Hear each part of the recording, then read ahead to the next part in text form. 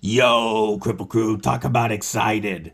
Today, I get to show you my first knife from a new company, as well as the newest knife from my homie and yours, BladedGinger. That's right. We are going to be looking at the Defcon Cardington, and you don't want to miss this one, folks. Stick around.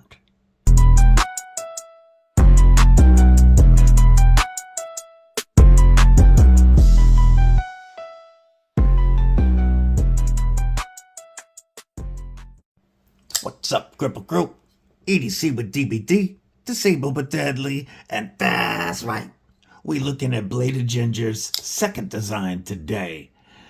This is his first, the Beyond EDC Geo. And I tell you, I'm a big fan of this one. But I've been so excited to bring you guys the Cardington. I've been carrying it for a few weeks. We're going to get into it. But first, stab that like button. Like you mean it. /subscribe. I'd love to have you here. You're not going to want to miss out the dope knife and EDC content coming your way. You can bash that bell for notifications so you don't miss anything like the frequent giveaways.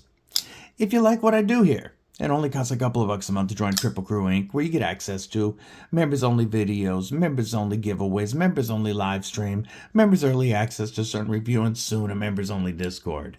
That couple of bucks a month really helps the channel, but it's completely up to you.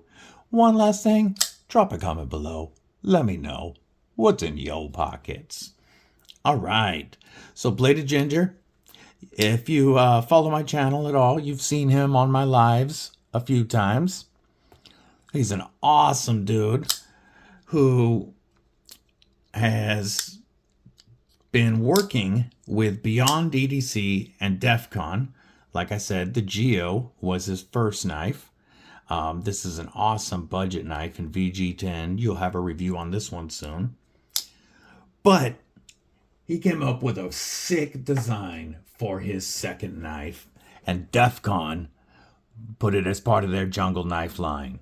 So it's not in this box, but I'm going to show you what you get in the very nice box. This bag held the cleaning cloth that you see right now, or well, that this is on top of. You get a nice velveteen bag, the bag that the knife was in. You get a tool to take apart your knife if need be, and a nice styrofoam insert. I don't know why I mentioned the insert, but whatever. Nice box. But what you're here for is a knife. And this is the Defcon Cardington. Check that knife out, folks. And what you're looking at is an 8-inch overall knife. So a nice full-size EDC with a 3.5-inch blade of M390 with a sick drop point Tanto blade shape and an awesome compound grind. 4.5-inch handles of titanium with a titanium backspacer and a titanium milled clip that works so well in and out of the pocket. I have carried this extensively over the last couple of weeks. So, a little bit about Defcon knives. Defcon was created by Samsung, who has over 20 years experience creating knives and swords. And this particular knife was actually OEM'd by DreamTech, which is another very high-end production knife company who owns the patent to the lock you're going to see on this knife. Our Tanto blade brings the tip right about the center line with the pivot because of that drop point, meaning that you can get to the primary or secondary tip very easily. The secondary tip is great for opening packages, and this thin hollow grind on the flat is very, very slicey. If I don't mess up myself. There we go. Very, very slicey blade. M390 is a powder metallurgy steel that is highly corrosion resistant, and it also holds an edge for a decent amount of time. So this is going to be a great EDC. Man, I keep getting my greasy prints all over the knife. This is going to be a great EDC blade steel. Our lock on this is DreamTech's patented leverage lock. And what that is a pivot, a button pivot lock. Speak DBD. A button pivot lock that activates this liner on the inside. And you can see when I push the button in, there's a little leaf spring in there that pulls the liner out of the way. What that means is we get much better lock strength than a standard plunge lock button lock. Insane lockup because of multiple points of contact. There is zero, even out at the end, zero side to side, zero up and down blade play. It's a very strong lock that's not going to fail.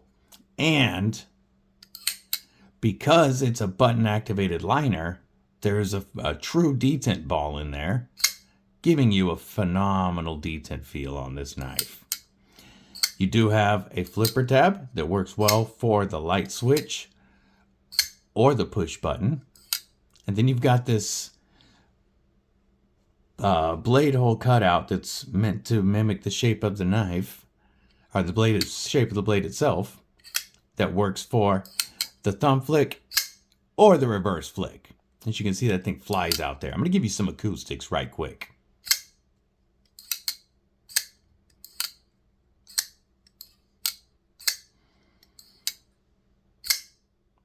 Killer acoustics. Of course, you can also use that button to whip the knife out if you want. But the detent on this makes this a very fidgety knife.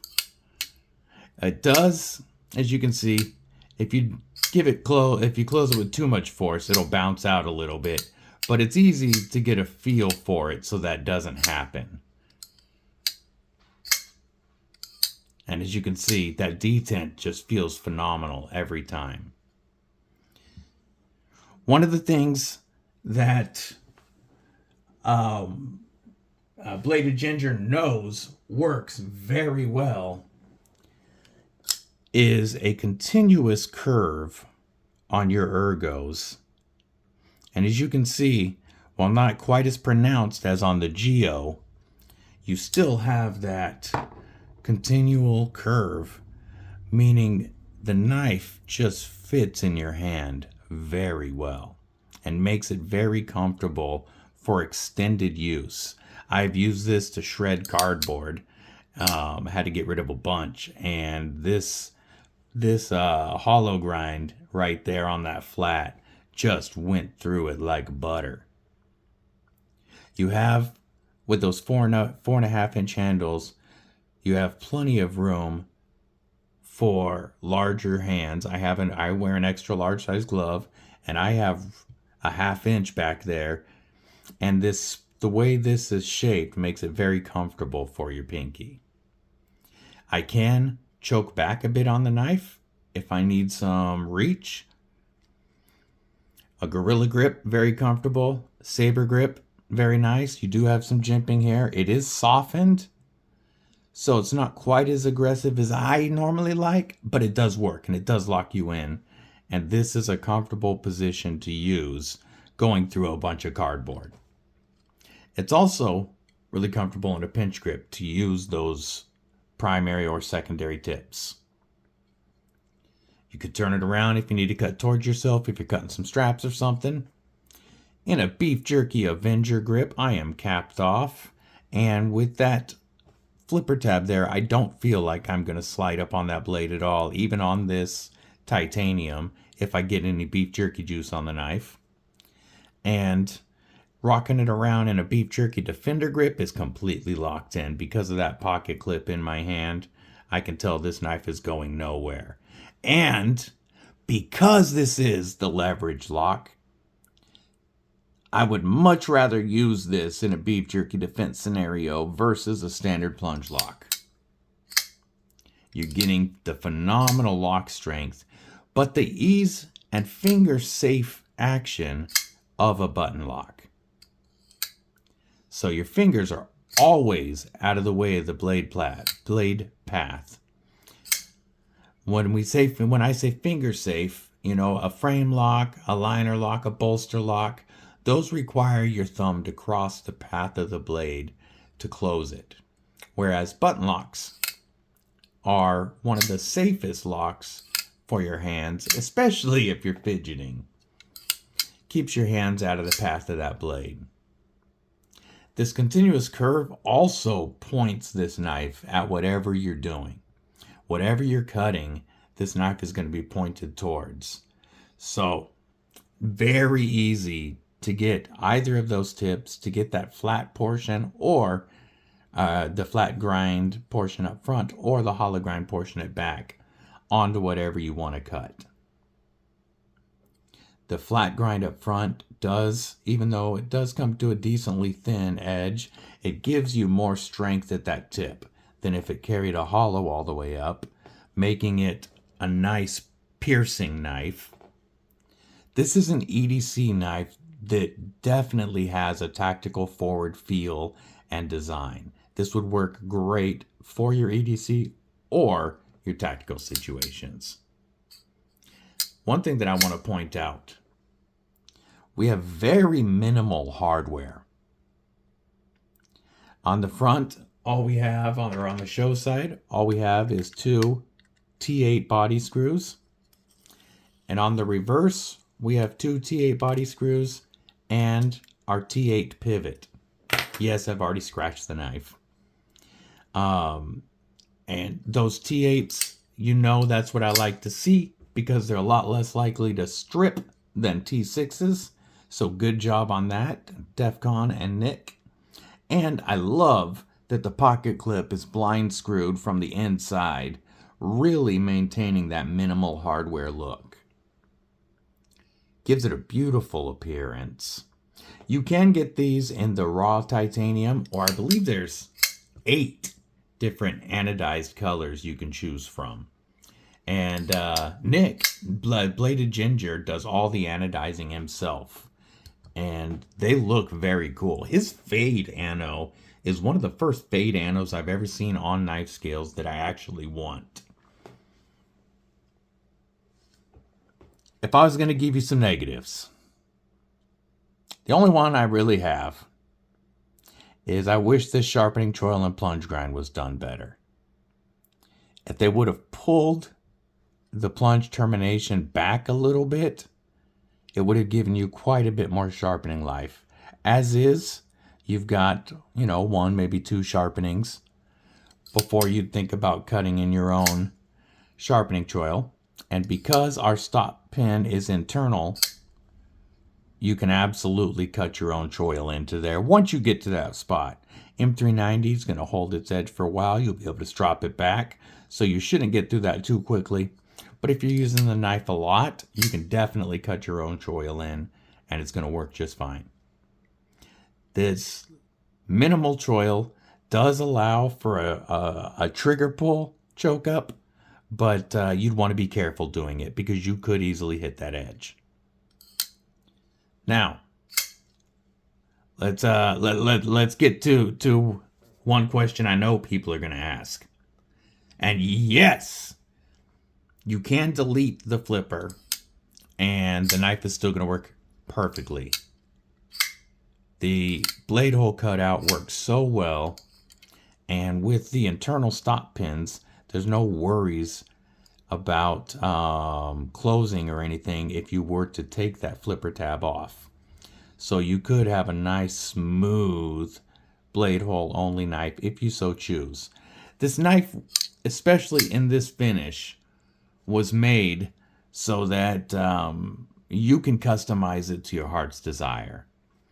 And part of that is he wanted the flipper tab on there for multiple opening methods, and because a lot of people do like flipper tabs. But it's designed in such a way that you could remove it. Now, one thing I want to point out about the flipper tab is it looks like it's going to be useless because of how low it is in relation to the pivot. However, this is tuned so well that it opens every time. As soon as it breaks that detent, that blade is going to open. We do have some jibbing on the top of the flipper, not around, but because the flipper curves back up, it catches you very well. And it's very easy to flick it open. If I had one other negative that I could find, it is the billboarding. You know, that's a fair amount of billboarding on that side, and then the Defcon Tactical is also large. If this had just the D symbol back there and his head with the Trinity knot back in here, it would look a lot cleaner. Does that affect the knife function in any way at all? No, it doesn't. I bet you're wondering how much for a knife with such a cool lock and these awesome materials. You could easily expect to see this at the $250 to $300 range. However, when this drops, hopefully this week, Defcon will be dropping this knife at just under $200, $199. $199, getting you M390 with a compound grind, titanium, pocket clip scales, backspacer, and this awesome leverage lock. Plus, you get to support an awesome member of our community. I think that's a very fair price. I do want to show how well milled out the inside of those titanium scales are for weight relief. All in all, this is a very easy knife for me to recommend. It's a knife that I'm glad this is mine, and I really want to thank BladedGinger for allowing me to be the first one to review the Defcon Cardington. That means a lot to me, my friend, and I'm looking forward to more of your designs in the future. You're killing it, homie. Keep doing what you're doing, and I'll keep buying your knives. I want to know what y'all think of the Cardington. Are you going to pick one up when they drop? Do you have any questions about the Cardington? We will be having Nick again on another live soon. Don't forget TNT, Thursday Night Talks with DBD and War Room. Every Thursday, 5 p.m. Pacific, 8 p.m. Eastern. And this Saturday will be another South African Saturday, as I have South African custom knife maker and the owner of Blixum Knives coming on my channel. Saturday morning, 10 a.m. Pacific, 1 p.m. Eastern. I hope to see you there. Till then, stay safe, stay frosty, and most importantly, stay deadly.